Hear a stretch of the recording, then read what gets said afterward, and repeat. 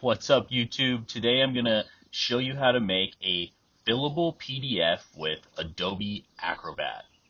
Open it with Acrobat. There's a couple other ways you can open Acrobat first, then you can import it, but I found this to be the easiest way. All right, once you're in Acrobat with the PDF, once again, just kind of scroll down and give it another look. Make sure you know where all the fillable spots are, because we'll have to add some because AI doesn't do it all. So we'll scroll down to view more, and you're going to want to find prepare form, and you'll click on prepare form, and it will pop up a second screen. And this automatically fills all of the suspected boxes that want to be fillable. It looks like some things transfer over, like that checkbox. It grabs most things. As you can see, it missed this Venn diagram, so we'll have to add that. You're going to want to go over to the text field, and we'll do this several times. Just follow along. You're going to want to place the boxes,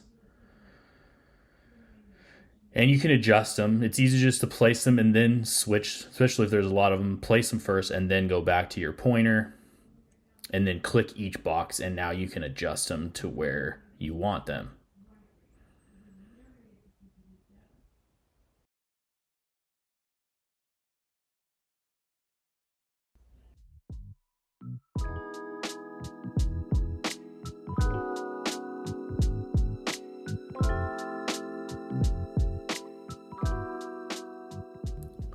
And AI did that. So it looks like we're good.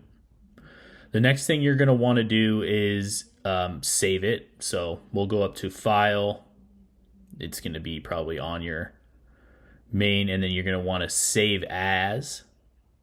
And it's really important that you find the destination. You can pick a folder that you want to organize. I usually just throw them on my desktop. That way I know they're there, and then I can make sure that the name also, but you can always edit the name. So now you'll want to open the PDF that you just saved and then check it, basically. Kind of just go through it, make sure that you didn't mess anything up. I like to make sure the boxes look nice. Get out of this view. So yeah, just make sure that everything worked out and it's doing it the way you want it. I've ran into a couple times where I accidentally copied and pasted a box and it was filling out two boxes at once. So you don't ever want to copy and paste a text field box. You can see the checkbox works. Just kind of test it out. And that's all I got.